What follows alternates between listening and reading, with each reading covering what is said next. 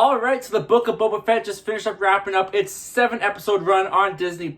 So now it's time to start discussing the newest Star Wars show to hit Disney+, the Book of Boba Fett. Alright, so first let me just set the foundation of this review. Before the Book of Boba Fett, before Mandalorian Season 1 and Season 2, I could not care less about the character of Boba Fett. I understand that he was a cool-looking character in the original trilogy, but I honestly never understood the love and obsession with Boba Fett. Then once Mandalorian Season 2 came around and they introduced Boba Fett into the narrative, I thought they did a really cool thing with Boba Fett. I liked Boba Fett as the sidekick character of the Mandalorian show. They gave him some super awesome moments in the action sequences, and I thought Tamara Morrison did a really good job as Boba Fett in that show. But when they announced at the end of Mandalorian Season 2 that Boba Fett was going to get his own show, I still couldn't get myself excited for it. I was not looking forward to the Book of Boba Fett, even up until the point that when the first episode dropped on Disney+, I was not really that excited for it. I was just more so like, new Star Wars thing. Let's check it out.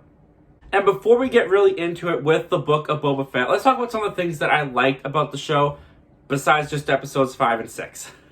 Tamara Morrison, who played Jango Fett in the prequels, coming in to play Boba Fett, I thought did a pretty good job in this show. I really loved the opening shot. Getting a glimpse inside of the Sarlacc pit's stomach and seeing Boba Fett escape was something that I've always thought about since I was a child, and I first saw episode 6, and it scarred me to my core when people got eaten by that Sarlacc pit. Because as C-3PO said, "In his belly you will find a new definition of pain and suffering, as you are slowly digested over 1,000 years. Yeah, that kind of image definitely freaked out young Zach, and I've always had a thought of like, are they all just sitting around in the stomach acid like that one scene in The Ant Bully?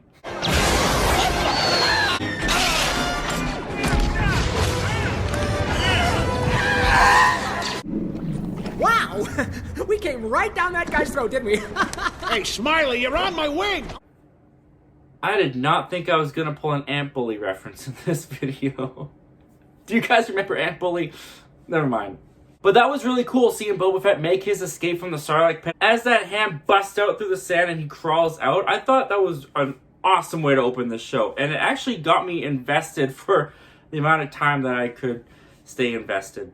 Yeah, okay, here's the thing with the Book of Boba Fett. I found the first 4 episodes of this show boring. I found them just really hard to get through. I recently just went through COVID, and the Book of Boba Fett was harder to get through than COVID at times. That's a terrible thing to say. Not to say that there's not good things in the first 4 episodes of Boba Fett. I thought it was really cool what they did with the Tusken Raiders, because Boba Fett kind of joins this tribe of Tusken Sand people and basically becomes an honorary part of their tribe, and I thought that that was cool. My problem with that part of the story is the series took way too long to tell that portion, because the first 4 episodes really go back and forth between present time and these flashbacks of Boba's life. And I don't really feel like we learn that much about the character of Boba Fett. That's one of the biggest things that I had a problem with this show. I thought the characterization, not the performance, but the characterization of Boba Fett was pretty bad.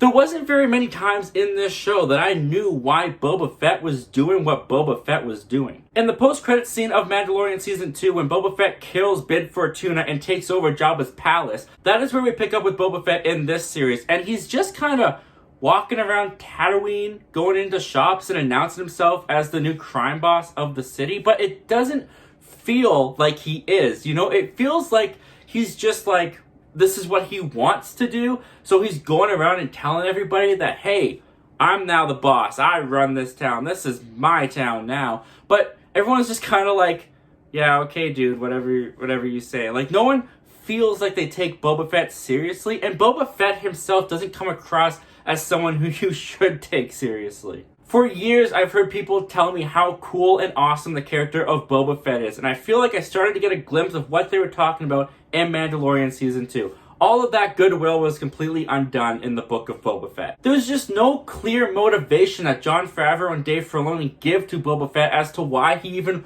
wants to take over Jabba's palace, why he killed off Bib Fortuna, why he feels like this is his town. Like, Boba Fett wasn't born in Tatooine. We learned that in Attack of the Clones. He's a clone of Jango Fett. So why does he care so much about taking over Tatooine?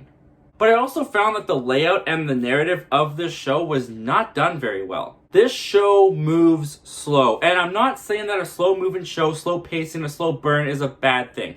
Absolutely not. But in the case of the Book of Boba Fett, I just found that throughout the pacings of these episodes that like every like 5 minutes or so something interesting would happen or something that I found intriguing would come on screen. But for the majority of the rest of the episode, nothing really felt like it was happening. Nothing really felt like it had momentum that kept me going with the episode, that kept me engaged with what was happening on screen. And Jon Favreau and Dave Filoni are both the creators behind The Mandalorian, and The Mandalorian at times has a bit of a slow burn and a slow pace to their episodes as well, but there's always something that keeps me engaged and something that is happening. But even when those episodes slow down for a little bit, I'm so invested in the character of Mando and Grogu that I'm still invested in what's happening in the episode because I care about the characters and I like spending time with them. The Book of Boba Fett never managed to get me there with Boba Fett and Fennec. And I'm going to be honest, there were a lot of times that I wanted to drop the Book of Boba Fett. I didn't want to watch it anymore. The episodes just started to feel like a drag to keep coming to every week. And then they had to drop episode 5. Yeah, at some point, the Book of Boba Fett starts to feel very weird to me because it's almost as if Jon Favreau and Dave Filoni were sitting together writing the episodes and realized, you know, Boba Fett's not that interesting of a character. And this story doesn't really have much of a purpose. Yeah, I'm not really enjoying writing this. I don't think our audience is going to care. You want to write a Mandalorian episode? Yeah, alright.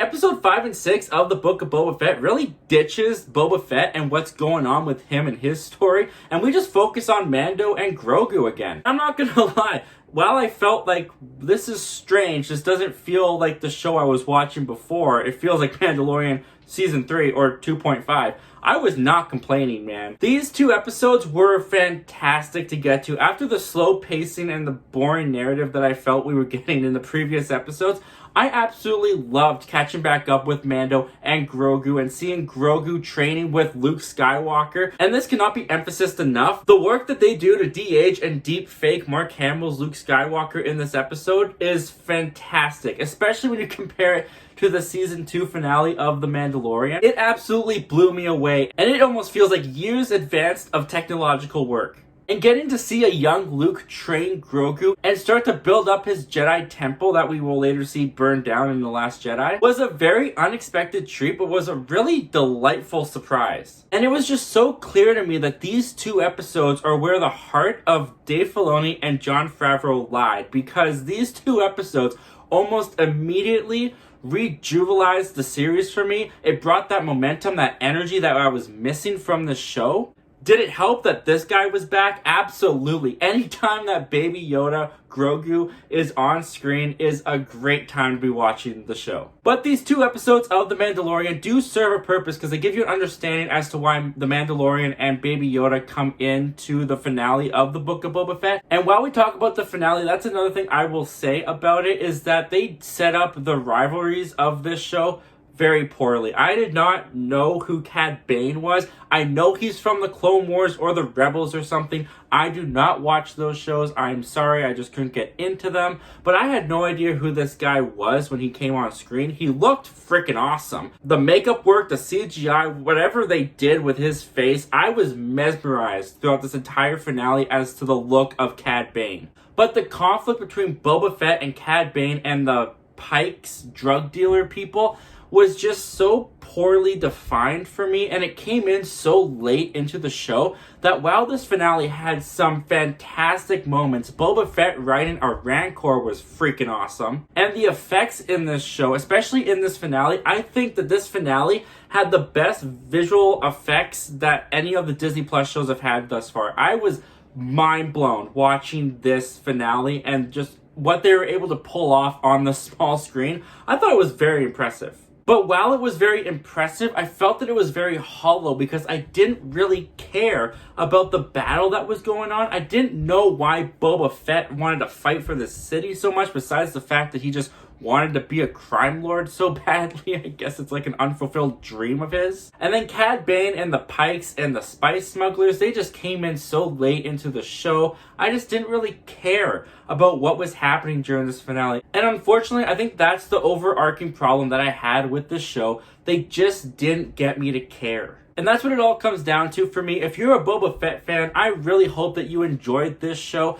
From the poll that I put up the other day, it looks like a majority of you guys did like the show. I think that's awesome. I'm so happy for you. While I did enjoy the last 3 episodes, 2 of which being connected to The Mandalorian, a show I'm very invested in, I gotta review that someday. And a finale that was overall very entertaining to watch, if not a bit hollow for me, that ultimately just felt like a setup for Mandalorian Season 3 to understand why Grogu was back with The Mandalorian. And since there's only 7 episodes, 4 of which I did not like, I personally could not tell someone to go watch this show except for the last 3 episodes so that they're prepared and ready for when Mandalorian Season 3 comes out. And for that reason, I'm gonna give The Book of Boba Fett a week not recommend. Anyway, guys, that's my review and rant, I guess. I had a lot of feelings about this show that needed to come out. About the Book of Boba Fett. But my opinion is not the right opinion. It's just my opinion. What did you guys think of the Book of Boba Fett? A lot of you guys liked it, and I want to hear why. Comment down below, let me know. And as always, guys, thank you so much for clicking on this video and checking out my channel. If you like talking all things movies, TV, and all things entertainment, why don't you go on and click that subscribe button, click that like button, click that notification bell, all that YouTube stuff. And I hope to talk to you guys again real soon.